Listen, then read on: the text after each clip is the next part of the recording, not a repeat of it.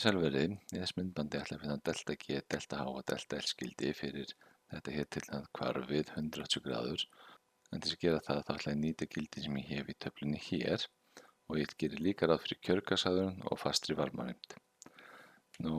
Delta S við 180 gráður Celsius fyrir hvarfið hlýtur þá að vera tvisvar sinnum S skildið fyrir NH3 við 180 gráður.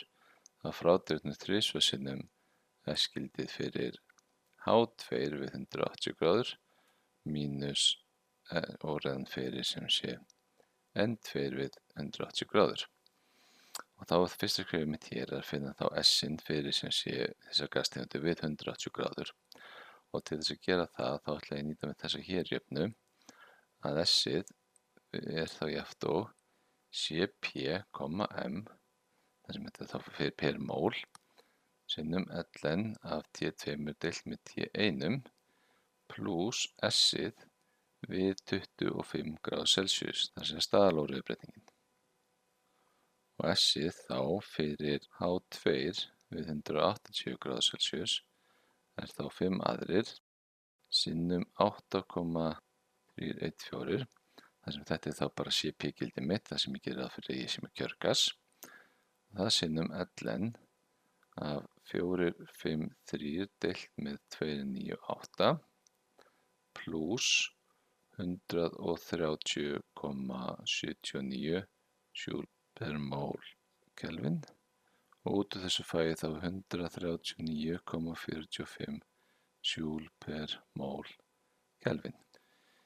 Ég endurtek síðan bara þessar reikninga fyrir nitur og fyrir ammoniak.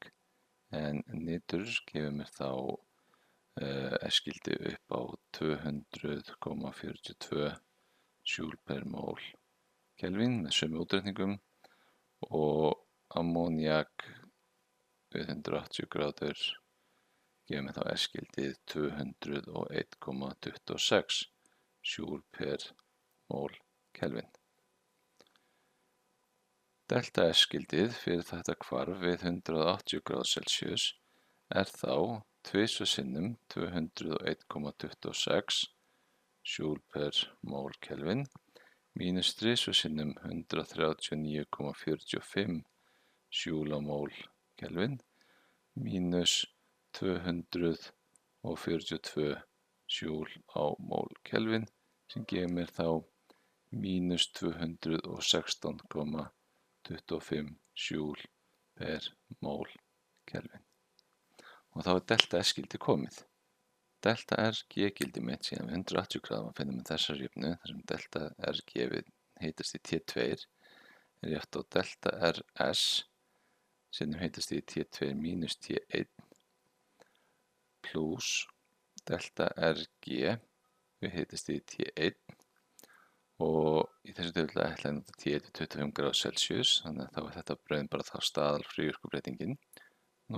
Delta RS það er þá jafnt á delta RS við það 25 gráður Celsius pluss delta RS við 180 gráður Celsius deilt með 2 þar sem við ætlum að gera ráð fyrir línulegu breytingu á S með T. Delta RS við 25 gráður Celsius er þá einfaldlega tvisvar sinnum 192,56 joule per mól Kelvin mínus þrisvar sinnum 130,79 joule mól Kelvin mínus 191,72 joule á mól Kelvin og það gefur mig þá mínus 198,97 joule á mól Kelvin. Og delta RS-ið fyrir þá þessa hér jöfnu er þá mínus 198,97 joule á mól Kelvin pluss mínus 216,25 joule per mól Kelvin. Það deilt með 2, það gefur mér þá mínus 207,61 joule á mól Kelvin, svona. Og delta RG er þá mínus 207,61 sinnum 453 mínus 298 og deilt með 1000. Við viljum fá þetta í kílósjúlum pluss mínus 33,56 kílósjúl per mól. Og út úr því fæ ég mínus 1,38 kílósjúl per mól. Nú það getur verið að spyrja ykkur hvaðan þetta hérgildi kemur, en það er þá tilkomið út af þetta þá delta er gefið 25°C og ég finn það bara einfallega hér út frá þessu. Ég er með 2 og 3, það er 2 sinnum þetta, mínus 0 og mínus 0, þannig að þá dettur það bara út og delta er g fyrir þetta hvarf er það verið bara 2 sinnum delta fg, eins og við sjáum hér. Og lokum það svo delta er hágildið, en einfaldast leiðin fyrir að finna það er það bara að nota þessa hér